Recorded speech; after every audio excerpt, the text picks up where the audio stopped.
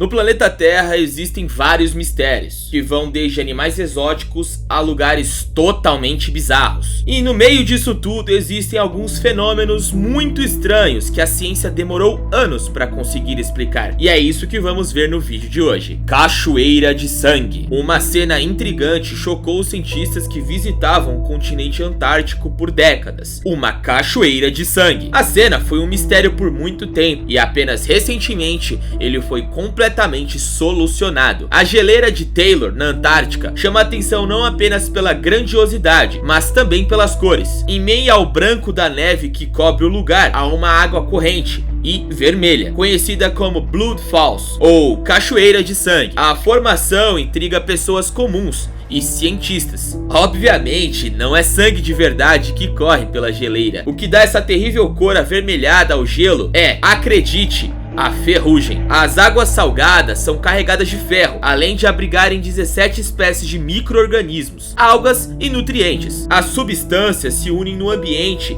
em que há quase zero de oxigênio. Este parece o local mais improvável para encontrar ferrugem, mas o que acontece ali é que existe um lago subterrâneo de milhões de anos muito rico em ferro. E ele se formou de maneira peculiar. Quando as geleiras acima do lago começaram a congelar, a água abaixo se tornou bastante salgada. Atualmente, a concentração de sal neste lago é 3 vezes maior que a água do mar. Isso significa que ela é muito salgada para congelar. A água fica presa embaixo de 400 metros de gelo, sem contato com oxigênio. Quando a água se infiltra pela fissura da geleira e entra em contato com o ar, o ferro sofre oxidação, manchando o gelo. Supercélulas. Uma supercélula é tipo de uma tempestade caracterizada pela presença de uma corrente de ar que vai crescendo e girando no interior da nuvem. Por esta razão, essas tempestades às vezes são chamadas de tempestades girantes. As supercélulas são geralmente as menos comuns, entretanto, são também as mais severas. As supercélulas causam chuvas intensas com granizo, ventos fortes,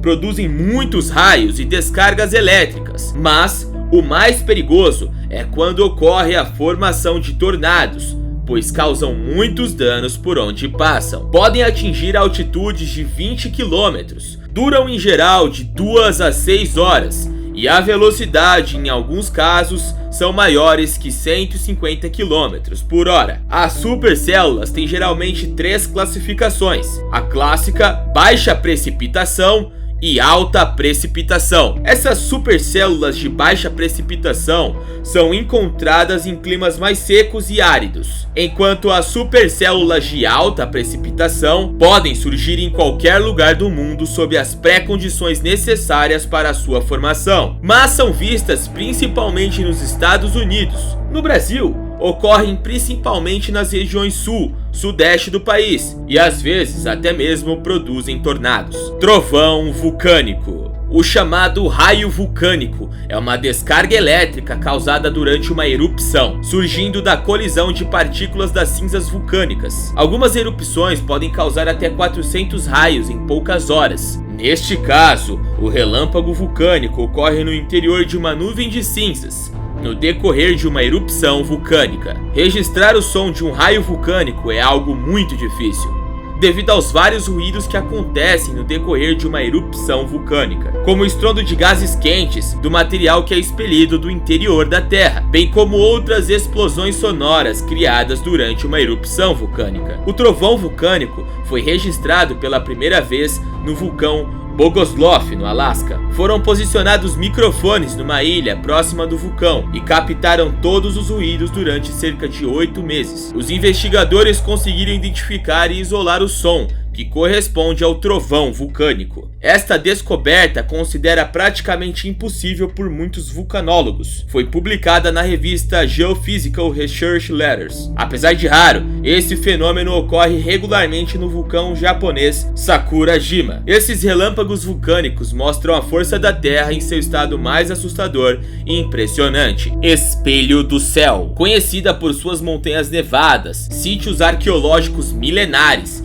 e folhas de coca, a Bolívia é um país que também abriga o maior deserto de sal do mundo. O maior deserto de sal do planeta está localizado no sudoeste da Bolívia, bem próximos das cidades de Yuni e Potosí. A atração tem cerca de 12 mil quilômetros de extensão e está a 3.600 metros de altitude. A enorme planície de sal foi formada em um longo e lento processo de evaporação de uma enorme lagoa. Com a água fora, apenas o sal permaneceu na superfície, dando origem a uma paisagem desértica com uma superfície plana e branca brilhante, que resultou nessa paisagem exótica e única. A maior parte do ano, o salar fica todo seco, porém, no período chuvoso, você pode ter a sorte de encontrá-lo alagado. Quando isso acontece, o salar se transforma em uma espécie de espelho, refletindo toda a paisagem vista no chão. O Lago Mortal. Com temperaturas altas, o lago transforma em pedra qualquer animal que decide dar um mergulho despretensioso. As margens do lago Natron assustam com falta de vida e ao mesmo tempo fascinam. A concentração de sal e álcalis no lago tão alta que qualquer criatura viva que cai acidentalmente na água imediatamente se mumifica. A única exceção são os micro-organismos halofílicos de cianobactérias. A segunda exceção são os pequenos flamingos, para os quais existe simplesmente o paraíso na Terra. Devido à alta temperatura da água, atingindo 50 graus, eles podem chocar ovos ali em qualquer momento do ano. O cheiro desagradável não os incomoda, pelo contrário, afugenta os predadores que poderiam caçar os pássaros. Em fevereiro e março, a concentração de carbonato de sódio no lago se torna tão alta que a água se torna viscosa. Nadar no lago não vale a pena. Os esqueletos de animais e pássaros espalhados pela margem irão te provar isso. Segundo o programa de televisão americano Discovery News, isso tem uma explicação científica. As águas do lago possuem um pH extremamente alcalino, que fica entre 9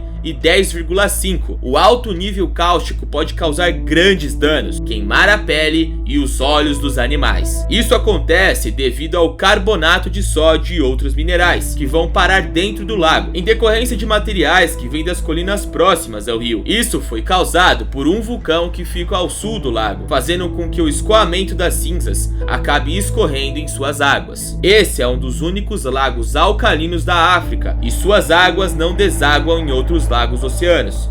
Ele evapora deixando o sal como resíduo, tornando ele ainda mais letal. O Lago Rosa. Quando imaginamos um lago, sempre pensamos em uma água azul, cristalina e bem limpa. Porém, não é isso que ocorre no Lago Hillier, na Austrália. Esse lago, quando visto de cima, assemelha-se a um lago de chiclete. Isso mesmo, ele é completamente rosa. O Lago Hillier faz parte do arquipélago de Recherche, pertence à Austrália e é rosado. Sim, é o mais famoso, mas não é o único no mundo, nem mesmo o único na Austrália. Na Austrália, há 5 lagos rosa. O fenômeno também ocorre no Senegal, na Espanha, no Canadá, nos Estados Unidos, na Bolívia e no Azerbaijão. Afinal, por que esses lagos são de cor rosa? Não há apenas uma explicação científica. A coloração rosa das águas ainda não foi explicada definitivamente. A hipótese mais aceita é a de que ela seja rico em algumas algas e bactérias que vivem em crostas de sal encontradas nesse local. Essas algas e bactérias seriam as responsáveis pela produção de pigmentos carotenoides, deixando, assim, o local incrivelmente belo. Uma característica interessante é que mesmo quando se coloca água em um copo, a coloração rosa ainda está presente. O Lago Hillier tem 600 metros de comprimento e fica em uma área de preservação. É possível contratar passeios de helicóptero para ver o lago de cima, mas não se pode chegar lá nem nadar nele. É claro, o lago é extremamente salgado, cerca de 8 vezes mais salgado que o oceano. A Porta do Inferno.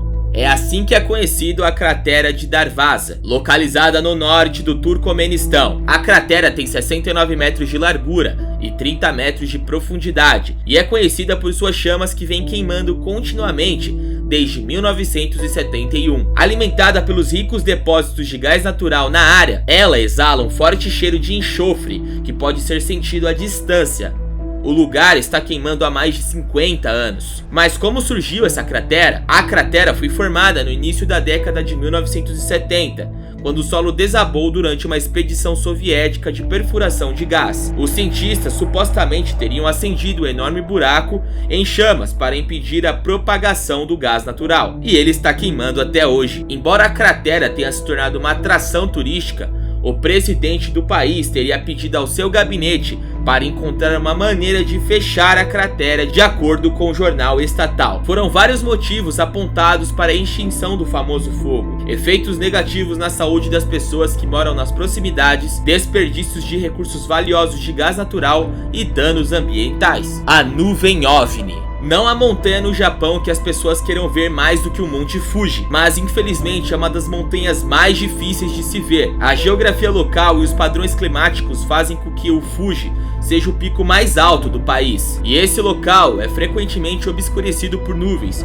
para o desespero de viajantes e fotógrafos. Muitos associam essas nuvens a naves de extraterrestres. No entanto, existe uma explicação que não envolve extraterrestres, divindades ou qualquer outra coisa sobrenatural. Esse tipo de formação de nuvem considerada rara é chamada de nuvens lenticulares. Para explicar de uma maneira mais simples, esse tipo de nuvem se forma quando o ar úmido é soprado pelo vento ao topo da montanha alta. À medida que se move para o outro lado da montanha, o vento forma uma corrente semelhante a uma onda e o ar esfria. Se esfriar o suficiente, o vapor de água em suspensão se condensa onde a onda de vento sobe e desce, formando a nuvem lenticular, e a corrente lateral reduzida a manterá no lugar, formando uma nuvem cada vez maior, com um formato que paira no mesmo ponto do céu, dando essas formas às nuvens. Arco-íris noturno. Arco-íris são fenômenos encantadores. Eles costumam aparecer em um dia claro e chuvoso, e às vezes nas gotículas de água quando se brincam com uma mangueira no jardim de casa. Mas você já viu um arco-íris à noite? Isso mesmo, quando o sol já foi embora e o céu passa a ser dominado pela luz das estrelas e pelo luar, talvez seja algo mais raro de se testemunhar. Mas as listras coloridas também podem surgir à noite, e elas são chamadas de arco-íris lunar. Para criar um arco-íris lunar, vamos precisar de gotículas de água suspensas na atmosfera com condições de visibilidade adequada. E claro, da lua, de preferência uma lua cheia. Com esses ingredientes, há boa chance de vermos um arco-íris lunar, embora nada seja garantido. Esse fenômeno acontece quando a luz da lua é refletida em gotículas de água presentes na atmosfera, depois da chuva ou neblina. Neve laranja. Esse estranho fenômeno da neve laranja intrigou alguns países do leste europeu. Esse fenômeno é causado pela mistura de neve com areia e chuva e foi registrado na Rússia e em outros países, como Romênia e Ucrânia. Alguns meteorologistas dizem que esse fenômeno não é novo. Ele ocorre uma vez a cada 5 anos e é causado pela mistura de areia de tempestades do deserto do Saara na África com neve e chuva. Por causa disso, concentrações de areia são maiores que o normal e nesse período levam as pessoas a se queixarem da presença de areia até mesmo em suas bocas.